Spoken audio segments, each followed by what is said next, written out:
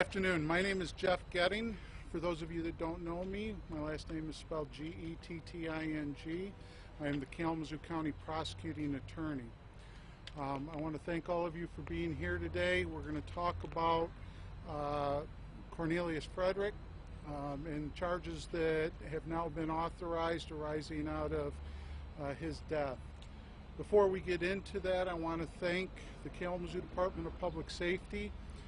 Immediately beginning April 29th after this incident and Cornelius' subsequent death on May 1st, the Kalamazoo Department of Public Safety began an investigation, a very thorough investigation into this incident.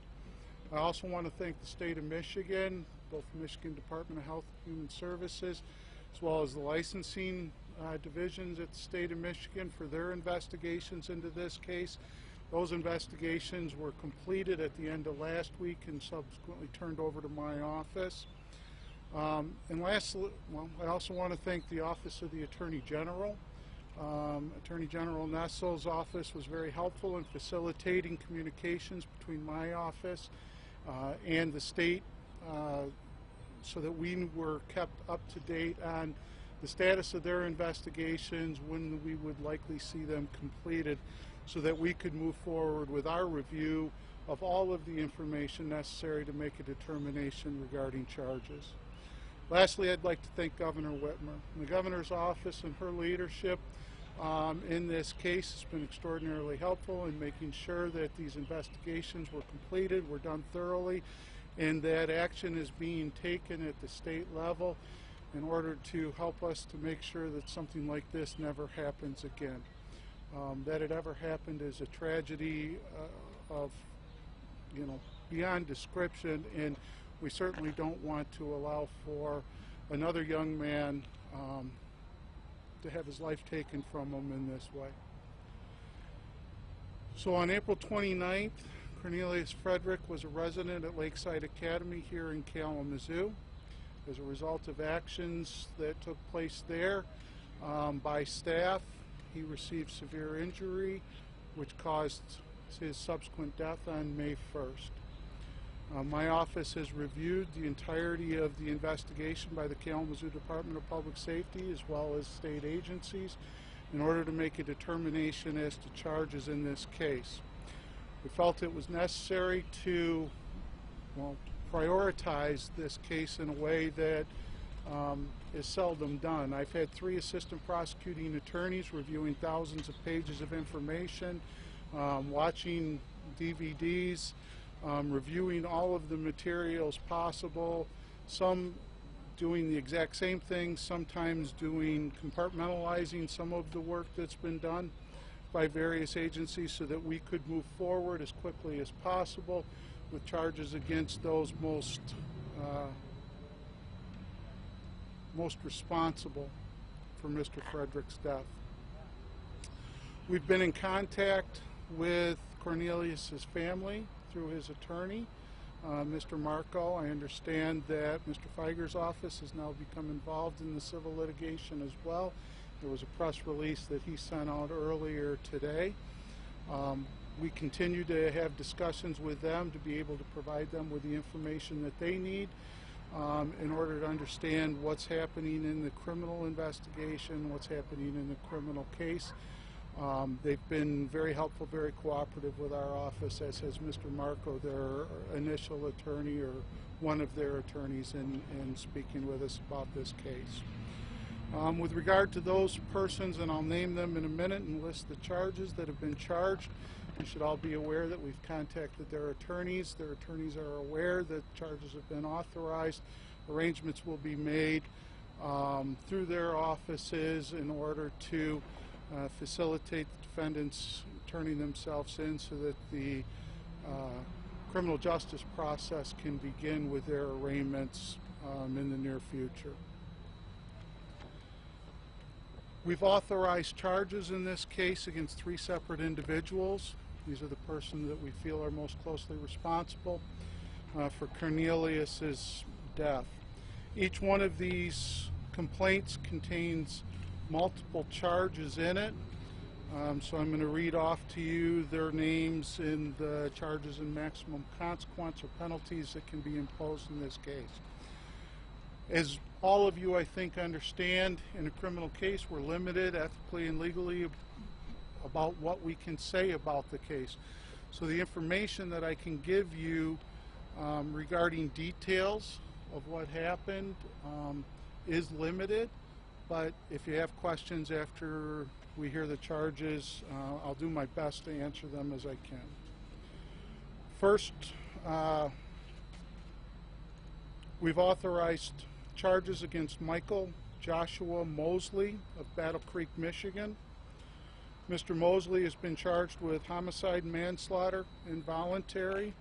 It's alleged that he did cause the death of Cornelius Fredericks by committing the following act or acts in a grossly negligent manner: restraint of Lakeside resident Cornelius Fredericks contrary to statute.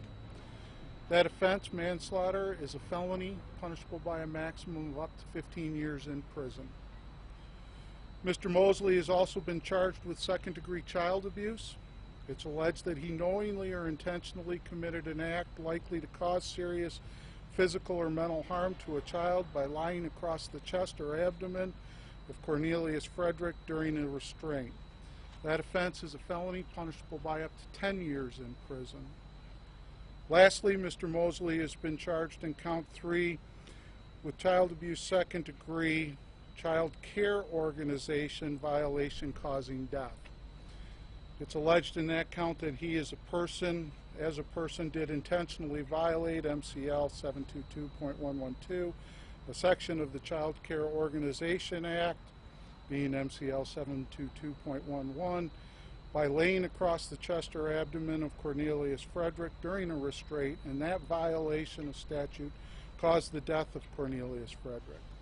That offense, again, is a felony punishable by a maximum of 10 years in prison. We have also charged in Mr. Fredericks' death Zachary Raul Solis of Lansing, Michigan.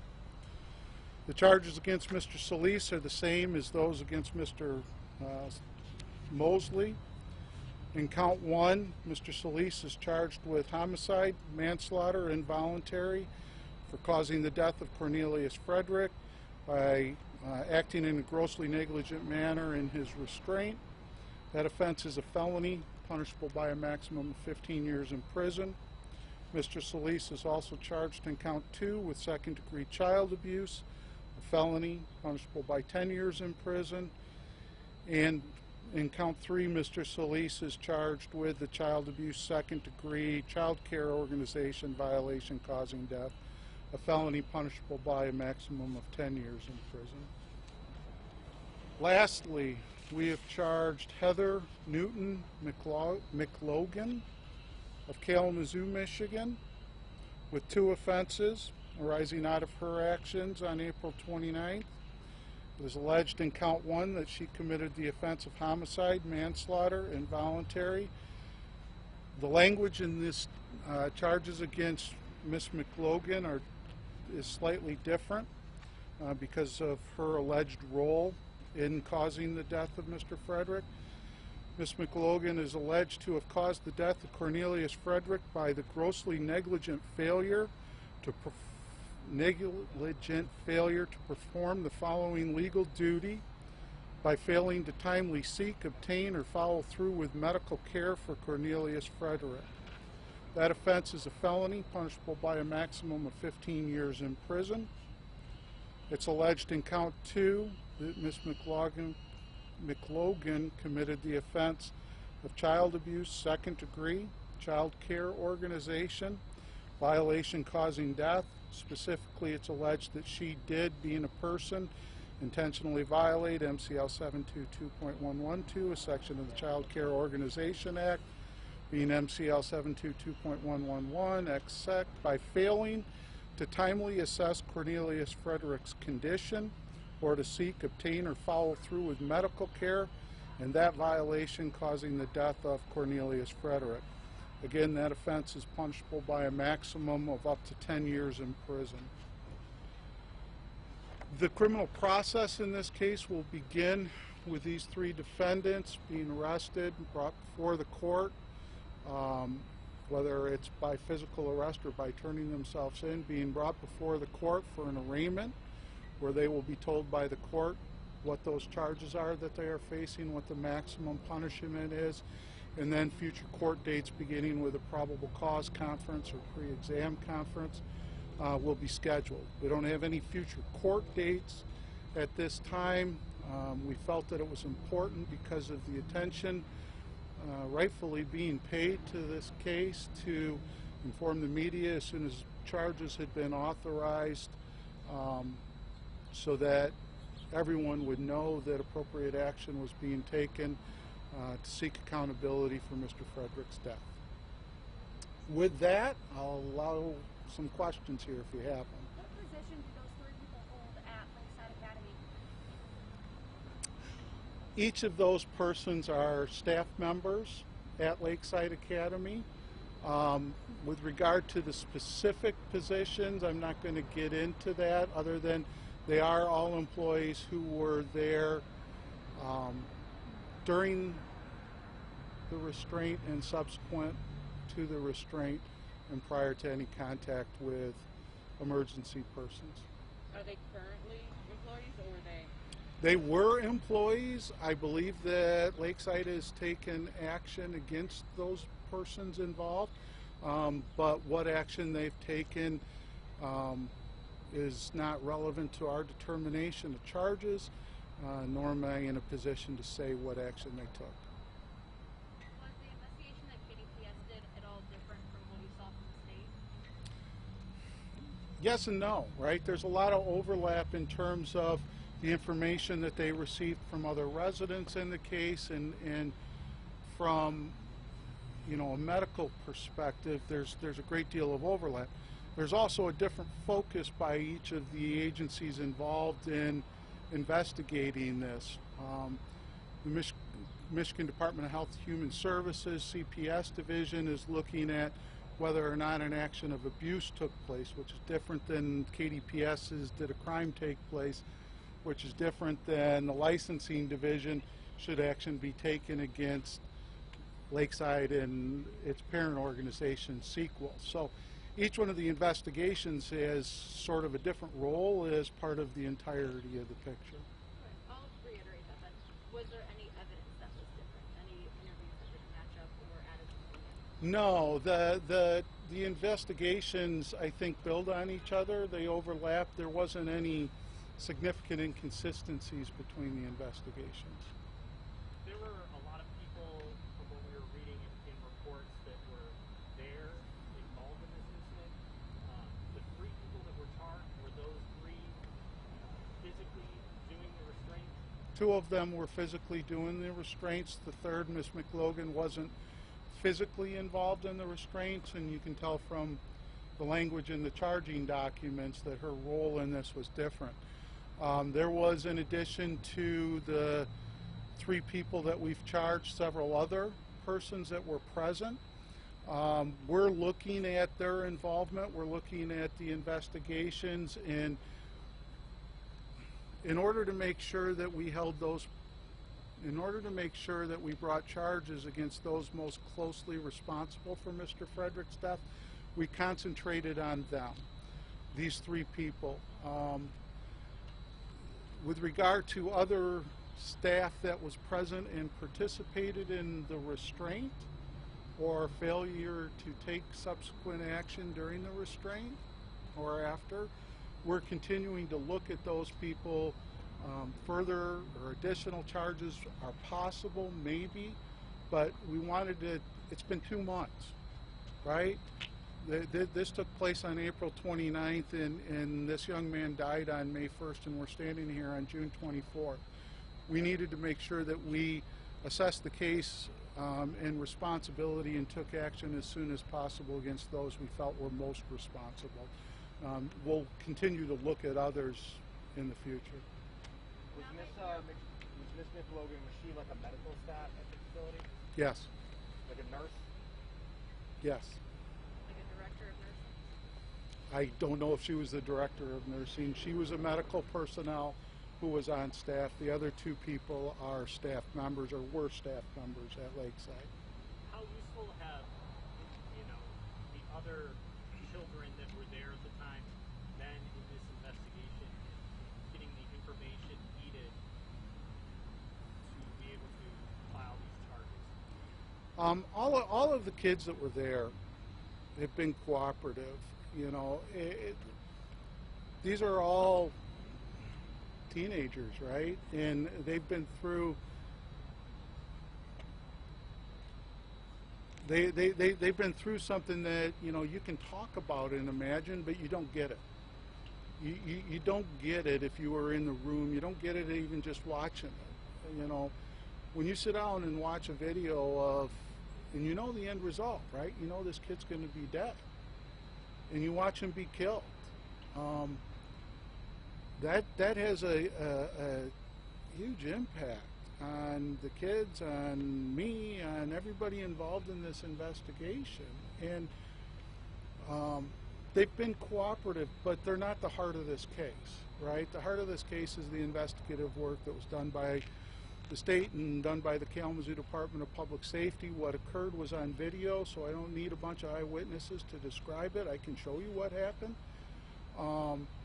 And we can, you know, we'll move forward with the case, and to the extent that we have to, if we have to involve any of the residents, we will. But, you know, in my mind, they've already been through enough.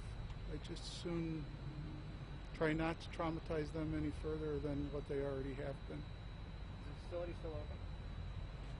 I believe that it's been closed, that its license has been suspended based on other reports. So we're not sure if there's any juveniles still there. I don't know for certain, but I think that they've all been removed to other facilities at this point. Can you spell some of these names, like Zach Solar? Is it Zach with a CH? Yeah, sure. Going backwards to frontwards, Heather is Heather, McLogan, McLogan.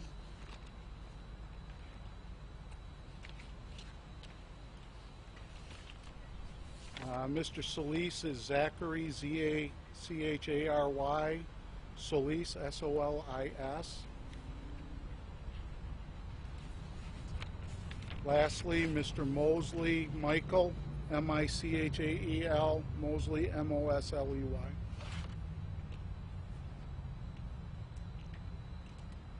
Gannon, now that you've watched the video, is there audio, and can you confirm if Cornelius said I can't read? I can't and won't go into any specifics regarding the evidence or what witnesses have said. So the answer is I won't answer that question.